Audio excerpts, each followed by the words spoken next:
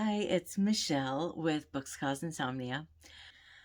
I'm going to be talking to you today about the Domestic Diva book series by Krista Davis. They are cozy mysteries and they take place in Old Town Alexandria in Virginia.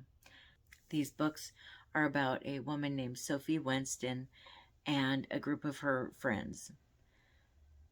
Sophie is an event planner and she also writes for kind of like a Dear Abby kind of thing where people ask for advice about cooking or domestic things and she gives them advice. And she's got a nemesis throughout all the books. It's a woman named Natasha who is the opposite of her in pretty much every way. And Natasha really wants to compete with her, and they have been friends since elementary school. And when the series starts out, Natasha is now living with Sophie's ex-husband.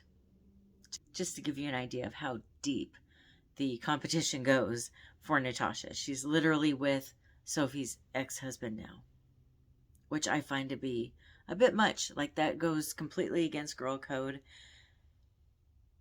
So Sophie she likes to cook your warm, cozy, kind of, feel good, nurturing food.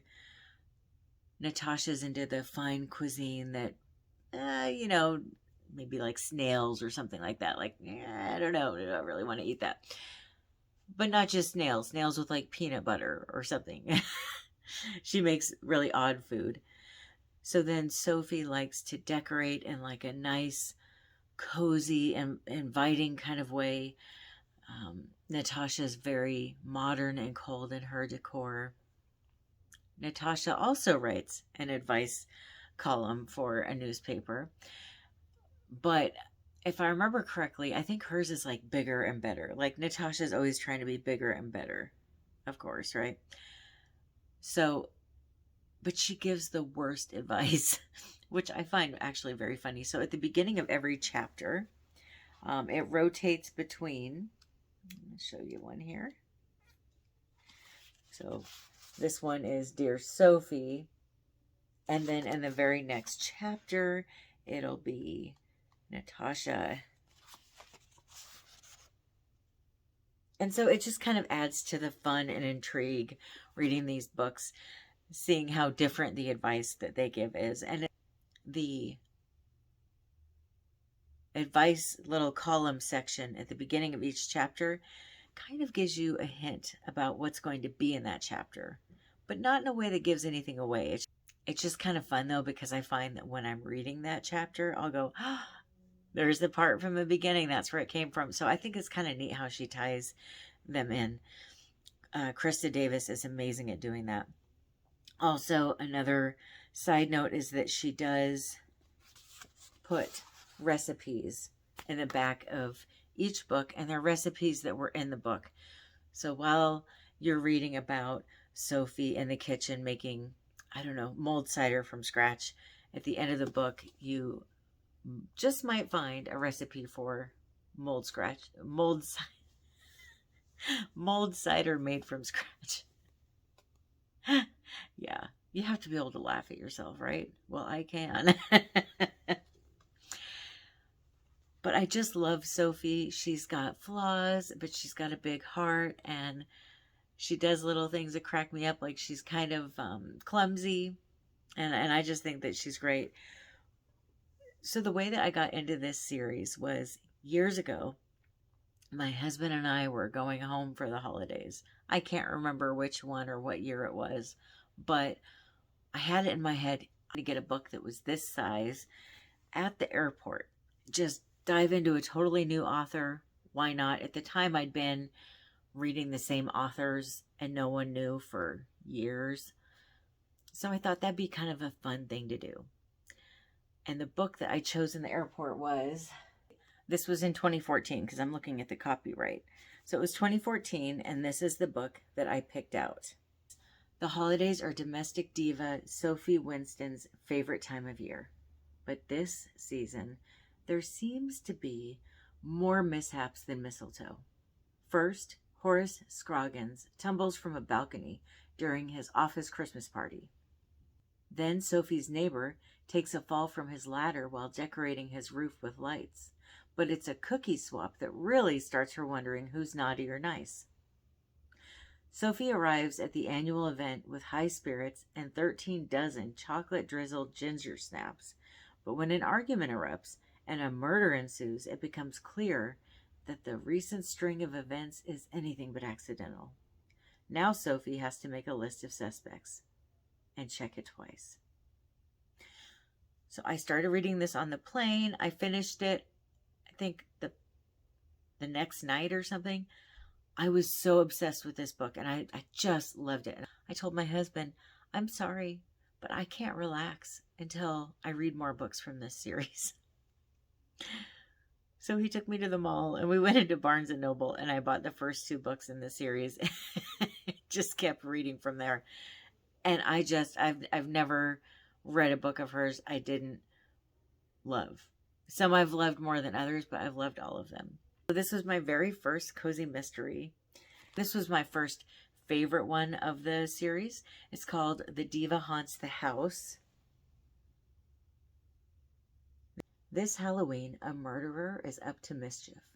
Domestic diva Sophie Winston is getting into the holiday spirit, and her decorations for a community haunted house are so good it's scary. Not to be outdone, rival domestic diva Natasha is throwing a spooktacular Halloween party at her house. But when Sophie arrives, she discovers one of Natasha's guests dead in a hair-raising Halloween display, and a pale-fingered partygoer fleeing the scene. The cause of death is not immediately apparent, but the victim does have 2 puncture wounds on his neck. While Sophie's boyfriend, homicide detective Wolf, investigates, rumors start flying faster than witches on broomsticks. Could the killer be a real vampire? The same one rumored to have lived in Sophie's haunted house back when it was a boarding house? Good thing a domestic diva never runs out of garlic.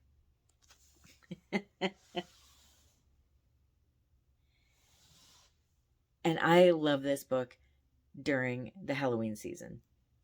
I will probably find a way to read this again this year. Maybe slip it in somewhere. I don't know, but I love this book. One thing that is so good about Krista Davis's books, especially this series, I haven't read all of her other books from her other series, so I'm not sure. I'm just really obsessed with Sophie Winston. The town is also a character in the book, and her house is also a character in these books, especially the kitchen. So I have my own idea in my mind of what her house looks like.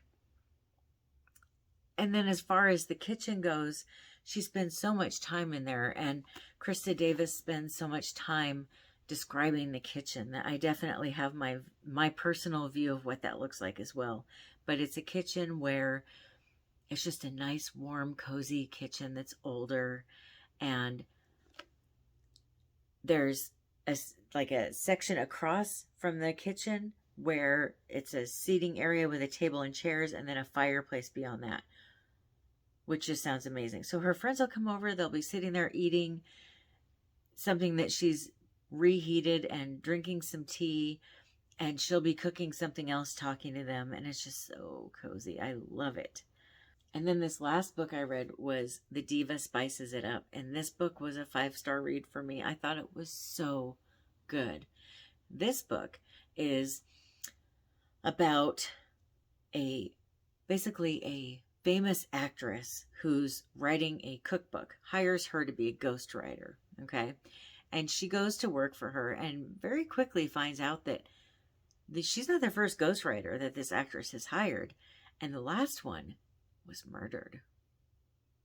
So you can kind of let your imagination go from there, but it was really good. And once again, there was some recipes in the back, and I decided to make one of them, which I think this is the first time I've actually made one of the recipes. Don't ask me why, because I really don't have an answer for you. I love to cook. I love new recipes. But for some reason, when I read a book, I usually put it down, put it on a bookshelf somewhere, and kind of forget to look at the recipes in the back. And that's my fault. But one of the recipes that she talked about in the book was carrot pumpkin soup.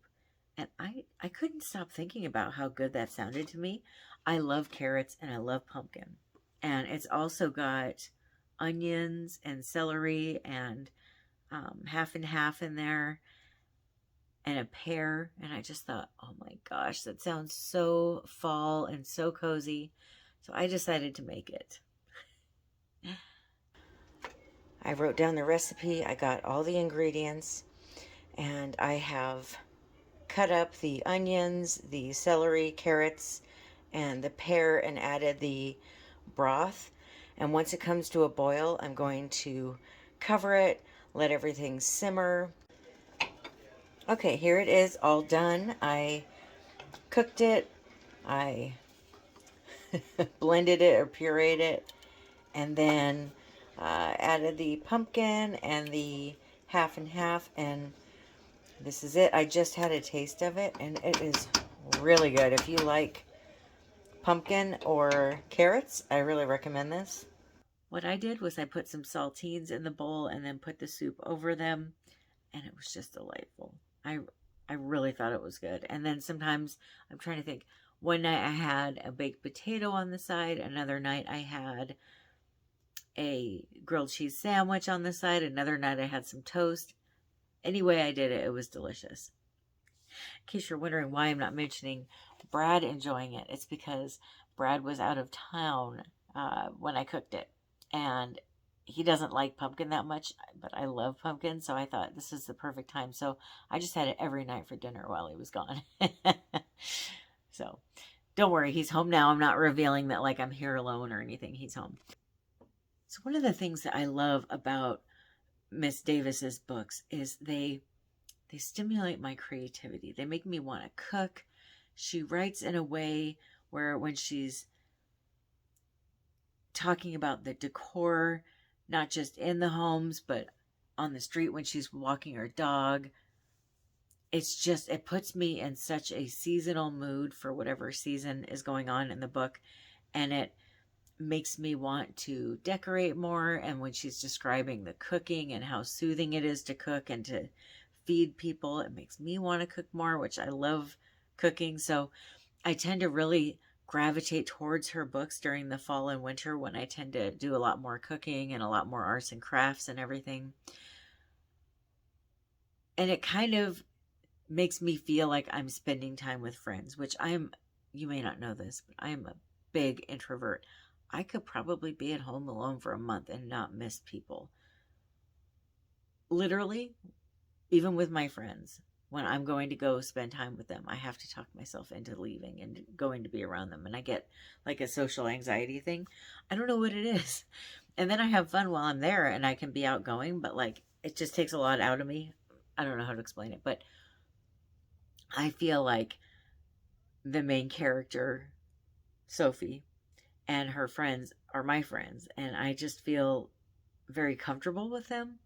And I've reread every book of hers except for the one that I just read, because I haven't had time to reread it yet. But otherwise, I just love her books that much.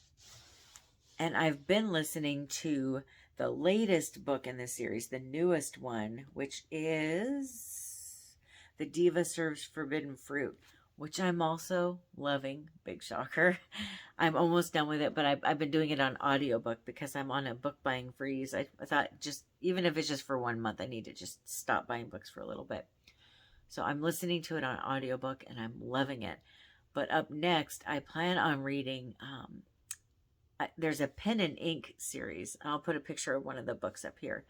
But it's about a woman named Flory Fox, who is a creator of, I'm just looking at my notes, who's a creator of coloring books for adults.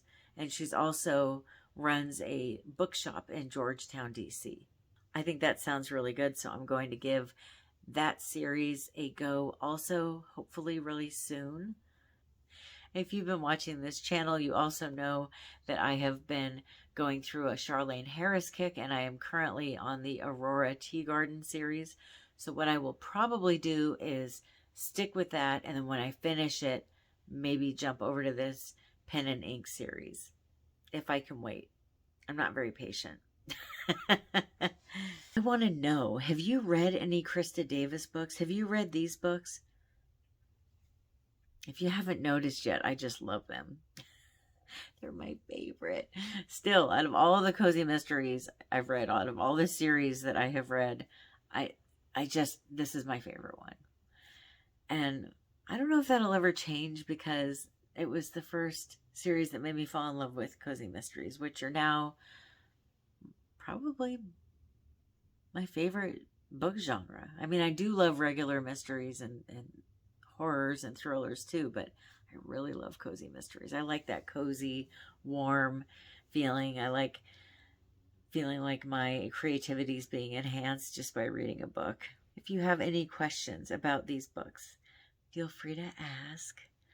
And thank you so much for watching. Let me know if you enjoyed this, if you liked this author spotlight, because I can always do more. Now, if I do more, they might not be on a certain series, maybe just a certain author or something. But yeah, let me know if you want to see more content that is like this. I hope you have a wonderful rest of your day or night. Happy reading. Bye.